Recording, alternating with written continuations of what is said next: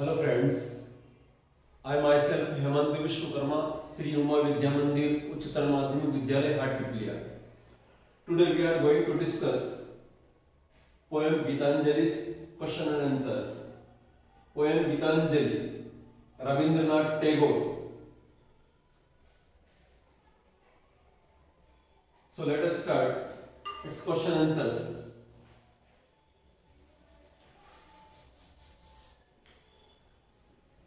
First question is, with what wish does the poet conclude the songs of Gitanjali?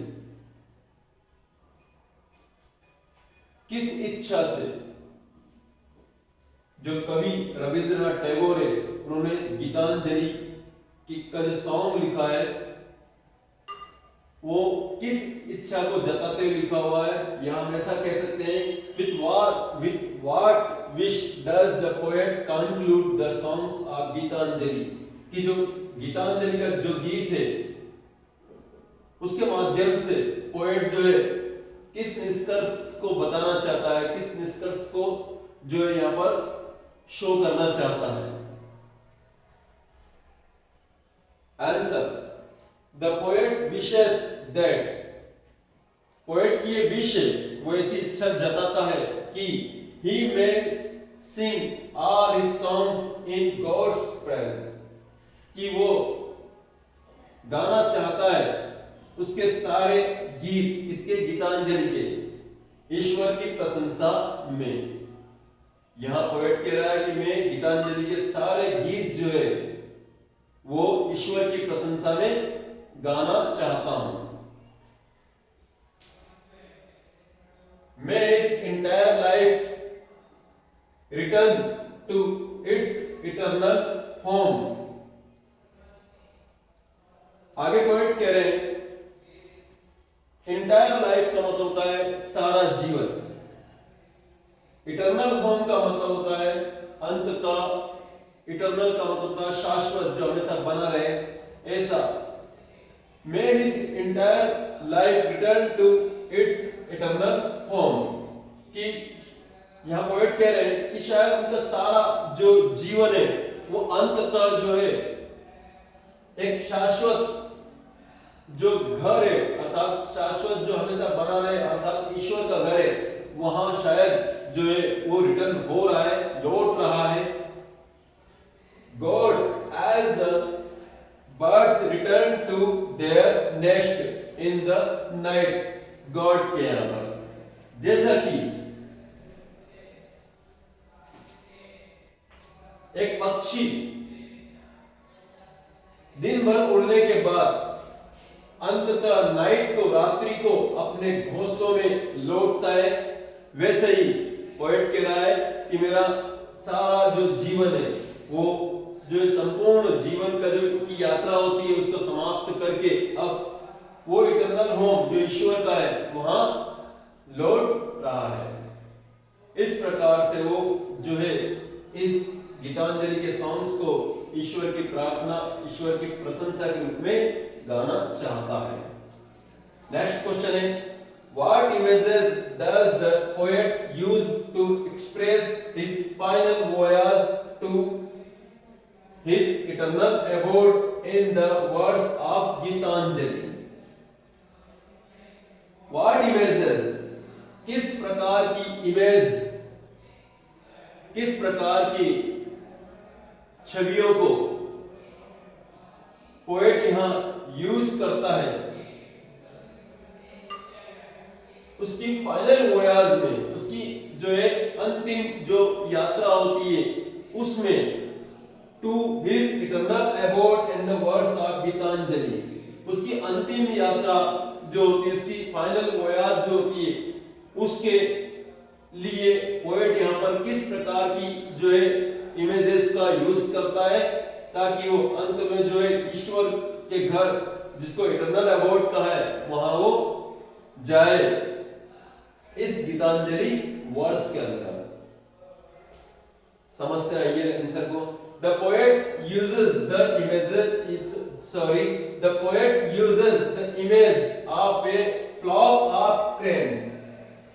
Flock of cranes का मतलब होता है सारस का झुंड या उनका समूह। यह पोएट रविंद्रनाथ टैगोर सारस के झुंड की इमेज को यहाँ बताता है, उसकी छवि को यहाँ बताते हुए कहता है, the birds go on singing and flying from one place to other, कि ये पक्षी जो है सारस, ये गाते हुए एक स्थान से दूसरे स्थान तक उड़ता रहता है, द होल डे, सारा दिन, but they return to their nest in the night, परंतु सारे दिन की यात्रा के बाद जिस प्रकार से वो पक्षी शाम को, रात्रि को अपने घोंसले में लौटते हैं, the poet wishes to return to his eternal home in the end, उसी प्रकार की इच्छा यहाँ पोएट रविंद्रनाथ टैगोर जताते हुए कहते हैं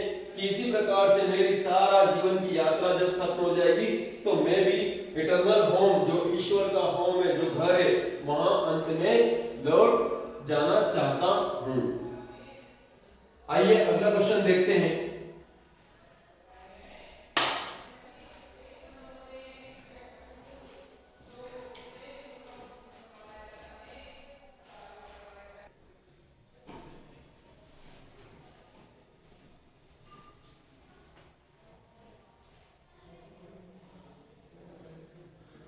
आइए तीसरा क्वेश्चन देखते हैं।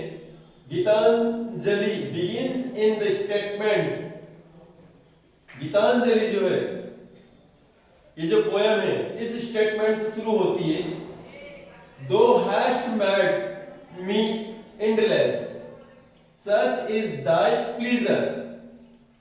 ये जो गीतांजलि पोयम है, इस लाइन से शुरू होती है, Thou hast made me endless, कि तूने, तूने यानी तुमने, ईश्वर को यहाँ पोएट कह रहे हैं कि तुमने मुझे अनंत बनाया, सच इज दाई प्लीजर, इस प्रकार का तुम्हारा प्लीजर है, इस प्रकार का तुम्हारा जो है उस पर आहार है। It ends with the jiva's voyage to its eternal abode, और ये जो शरीर है मेरा, ये जो मेरी आत्मा है, इसका अंत जो है, इसकी यात्रा का अंत, जिसको जीवास होया मतलब जीव की यात्रा का अंत जो है तुम्हारा घर है, ईश्वर तुम्हारा घर है। The wheels has come full circle, और ये जीवन और यात्रा का चक्र है, इसका संपूर्ण जो है सर्कल पूरा हो जाता है, वहां पर इसको एक्सप्लेन करना है, बताना है। आइए देखते हैं answer. Human soul is immortal, मानवी जो आत्मा होती है इमॉर्टल होती है। इमॉर्टल मतलब कि अमर। It is made immortal by God's pleasure, और इस आत्मा को इमॉर्टल कौन बनाता है? ईश्वर। ईश्वर की कृपा से ही यह आत्मा जो होती है वो क्या होती है? इमॉर्टल होती है। One who takes birth has to die, and the one who dies to return to the earth again. One who takes birth has to die. वह जिसने जन्म लिया है, या वह जो जन्म लेता है, has to die, उसे मरना है। And the one who dies, और जो मरता है, to return to the earth again, उसका पुनः इस धरती पर जन्म होता है, वह पुनः लौटकर इस धरती पर आता है। अर्थात ये जन्म और मृत्यु का चक्र चलता रहता है। Thus, इस प्रकार से there is a cycle which always remains in process, अर्थात इस प्रकार से ये जीवन और मृत्यु का साइकिल है जो हमेशा ही इस प्रोसेस में, इस तरीके से ये जो है चक्र के रूप में चलता रहता है।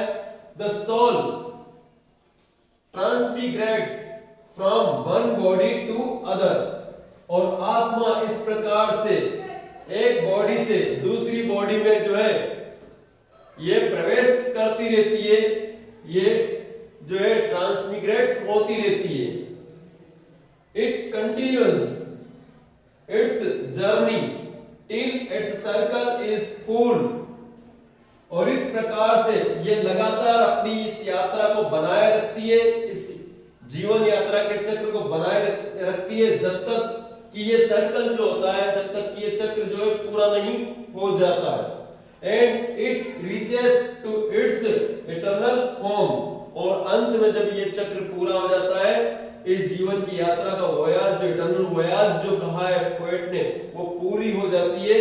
तो अंत में क्या होता है, ये इटर्नल होम यानी ईश्वर के का जो घर है, जो हमेशा हमेशा के लिए जहां जाना होता है, अर्थात जहां पर साल्वेशन मिलता है, मुक्ति मिलती है, वहां पर ये आत्मा जो है चली जाती है।